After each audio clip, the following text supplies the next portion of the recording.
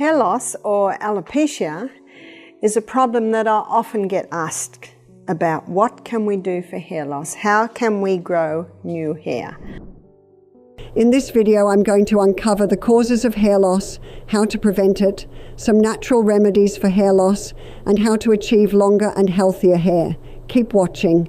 Well, first of all, we have to put the detective hat on and find out why there is hair loss.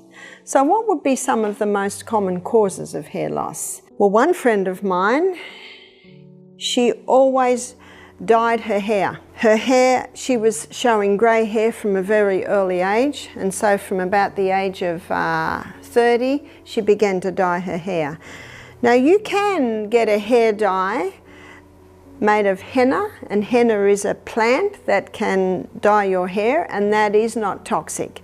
But my friend did not use that one. She used a chemical hair dye, and little by little it was killing off her follicles where the hair grows. So it can be chemicals on the hair. Another friend of mine did not like her very curly hair, and so all her life, from probably about her late teens right up until her 50s, she straightened her hair. Now the solutions that they use to straighten the hair, or for people with straight hair that want curly hair, it is a very toxic chemical. So what happens is, if a person wants to straighten their hair, what the hairdresser does is pull the hair over great big rods like that.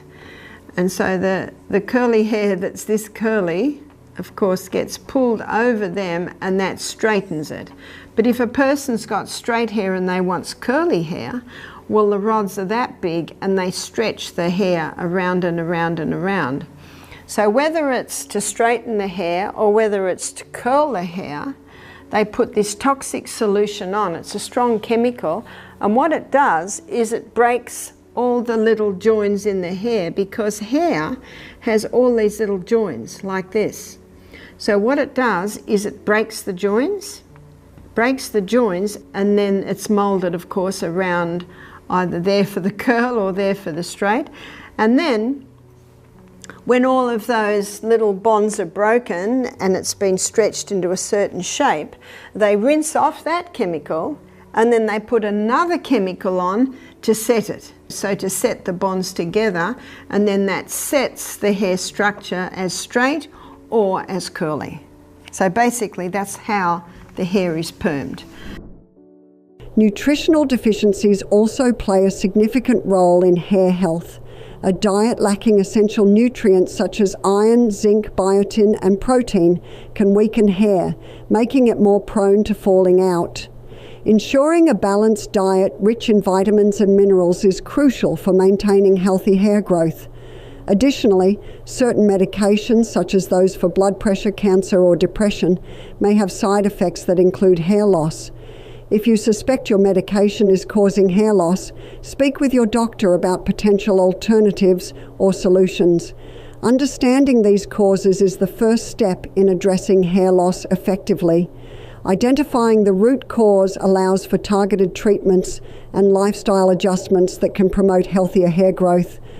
I have also seen in some areas where people braid their hair really, really tightly. You'll often see that they've got hair loss around here, where you've got that weight, you've got that constant weight on the hair, which can really just keep pulling the hair out, and then the follicles are damaged. So no matter how it happens, we must stop what is causing the damage. That's the first one. If you don't turn the tap off, you're still mopping up in the other corner.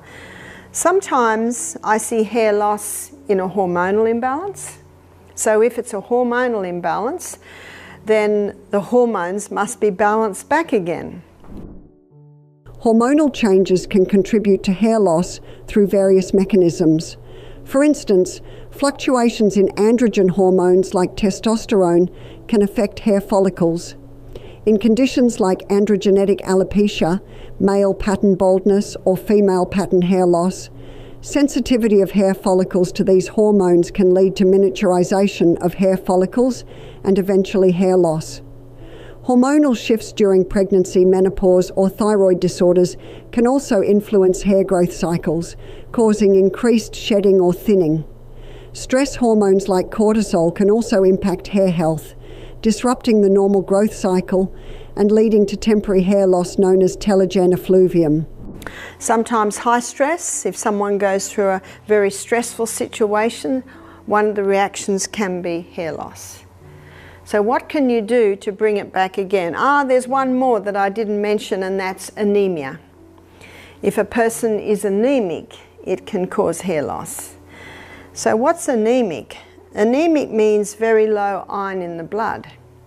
And anemia can be caused because of heavy blood loss at period time. A lot of women suffer from that, and that can cause anemia, and the anemia can cause the hair loss.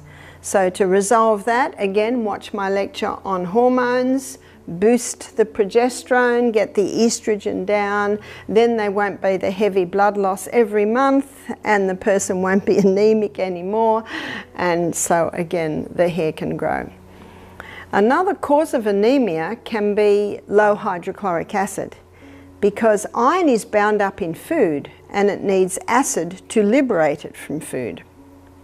So it's very important that the person ensure they have nice strong hydrochloric acid. A simple way to ensure that is to have 1/4 teaspoon of cayenne pepper in a little bit of water before every meal. If you're finding that a little bit hard, you can have the juice of a lemon before every meal. Important to leave a break between meals. Important not to drink water with your meals, because that dilutes the hydrochloric acid. Also important to have a very happy, relaxed environment at the meal table. I target those points in more detail on my lecture on the gut. So the causes of hair loss can be anemia, it can be high stress, it can be a hormonal imbalance, and it can be damage that's just physical damage that has been done to the hair follicles.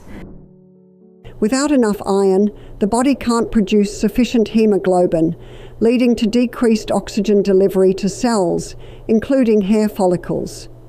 Hair follicles are highly active and require adequate oxygen and nutrients to support hair growth.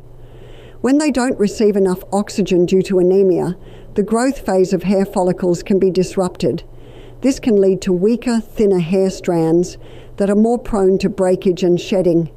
Severe anemia can trigger a condition called telogen effluvium, where a large number of hair follicles prematurely enter the resting telogen phase of the hair growth cycle. This results in increased shedding of hair. But what can you do to the scalp to encourage the hair to grow again? You can make a mix that you can put on your hair. And this mix is, let's make up the mix. So 1/2 cup of coconut oil and 1/2 cup of castor oil. Castor oil is a very thick oil, but castor oil penetrates deeper than any other oil. So when that is put onto the scalp, it penetrates even deeper. Coconut oil is a very nourishing oil. It's an antifungal oil, antibacterial oil. But what you also can put with that, so now you've got a cup of oil there. To that cup of oil, you can add 10 drops of rosemary essential oil. Rosemary is a herb that's specific for the scalp. Rosemary essential oil. So you could make up this mix in a jar and mix it very, very well, and maybe once a week you massage it into the scalp. Your hair will be very oily, of course, but you massage it into the scalp. Just even the massaging into the scalp stimulates blood supply to the hair follicles. That castor oil penetrates very deep, and wherever it penetrates, it can revive life into that area. And the coconut also is a very nourishing oil, and the rosemary essential oil stimulates. Every herb stimulates different parts of the body, and this rosemary herb is specific for the scalp. The massaging, so leave it in as much as you can. Maybe you choose a Sunday when you may be going to be home all day, and at the end of the day you wash out Now you might need to put shampoo on a couple of times to get all that oil out. Just use a little bit of hot water and then a nice amount of shampoo. In addition to this, hibiscus flowers are known for their hair strengthening properties. These red flowers are rich in vitamins, minerals, and amino acids that nourish the scalp and hair follicles, promoting healthy hair growth and preventing hair thinning. Take 3 to 4 flowers and crush them with coconut oil to create a paste. Apply the paste to your scalp and hair, leave it on for 30 minutes, then rinse with water. Use this treatment once or twice a week for noticeable results. And if it's still a little bit greasy, maybe shampoo it again. Now that brings us to the shampoo. There's something that you must keep right away from, and it's called sodium lauryl sulfate. Sodium lauryl sulfate is what's in many shampoos, and sodium lauryl sulfate kills the hair follicles. So it's important to take a magnifying glass into the shop and read the labels. In places like Whole Foods, Sprouts, Trader Joe's, where they have a lot of health foods, so they have a lot of supplements, and they have a more healthier brand of products. So have a look for a shampoo that has no, so we've got to make sure you realise no sodium lauryl sulfate, because the sodium lauryl sulfate is a chemical that causes the foaming of the shampoo, and that sodium lauryl sulfate has the ability to kill the hair follicles in the scalp. So please keep away from that. You can get some very nice coconut-based shampoos. Coconut is very nourishing to the scalp. When selecting a shampoo, look for labels that indicate it is sulfate-free. There are many natural and organic shampoos available that do not contain sodium lauryl sulfate. Using these will be gentler on your scalp and hair, reducing the risk of further hair loss. It's beneficial to choose products containing nourishing ingredients such as biotin, keratin, vitamins, and essential oils, which can strengthen hair and support growth. Natural extracts like aloe vera, rosemary, and tea tree are also helpful in maintaining scalp health and promoting healthier hair. When selecting a shampoo, prioritize those designed to be gentle yet effective in cleansing and nurturing your hair and scalp. Exercise. What exercise does is it increases the circulation of the blood to the extremities, and the scalp is considered an extremity. So exercise daily, especially the high-intensity interval training. The high-intensity interval training, because of the periods of very high intensity, that really gets the blood moving out to the extremities. So that should be done daily. And hydration. Keep well hydration. Remember, the rule of thumb is 8 glasses to 100 pounds body weight. That's a good rule of thumb too, to know how much water to give the children. Nourishment. We need to nourish that scalp from the inside, because your scalp is fed by your blood.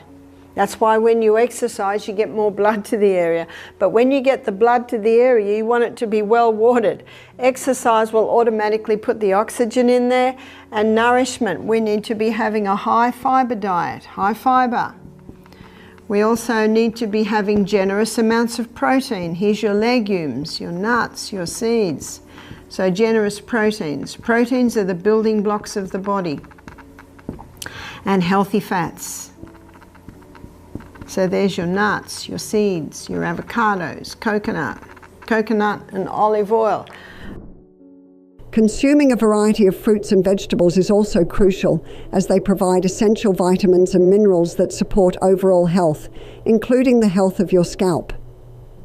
B vitamins, particularly biotin, are vital for hair health. Foods like eggs, leafy greens, and whole grains are good sources. Omega-3 fatty acids, found in fish like salmon, as well as flax seeds and walnuts, can help maintain a healthy scalp. Sleep. You want to heal, you got to get 8 hours. 8 hours, not negotiable, every night. The sleep is vital The sleep is not negotiable. If you're not used to that much sleep, little by little by little, you can train yourself back into sleeping longer. Rome wasn't built in a day, but little by little by little, as you take those steps that are conducive to good sleep, breakfast like a king, lunch like a queen, light or no evening meal, going to bed early, soft lights, soft music, fresh air coming in, nice clean, natural fibre sheets and pillows, all of this is conducive to a good night's sleep. Sleep helps prevent hair loss by reducing stress levels, which can contribute to hair thinning. During sleep, the body undergoes repair and regeneration processes, including hair follicle health. Adequate sleep promotes proper hormone balance, including cortisol and melatonin, which are crucial for hair growth.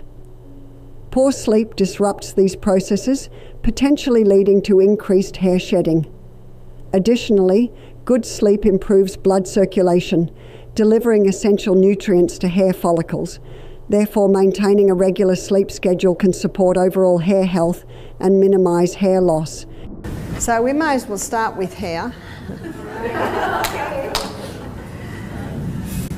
The colour of their hair, a lot has to do with genetics. My husband is white, and both his parents were white at 50. And my mother died at 51 with brown hair, and my father just passed at 92 with greying hair, but a lot of black. Now, there's my brother, then me, and 3 younger sisters, and none of us have grey hair, because from both sides of our family, there wasn't grey. Now, my father's sister, she died at 68 with brown hair, and at the funeral I saw my 3 cousins, her sons, that I haven't seen for a long time, and they're all grey. So they've probably got that a little bit from the father's side. So Michael and I are interesting because we're both extremes, really. Both his parents white at 50 and my parents are not grey.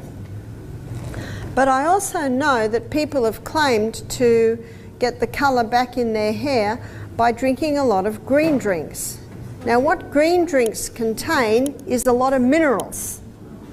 And when you consider what we talked about this afternoon, that the mineral content of the soil is about 50% less what it was 50 years ago, that a lot of the foods today have less minerals in them.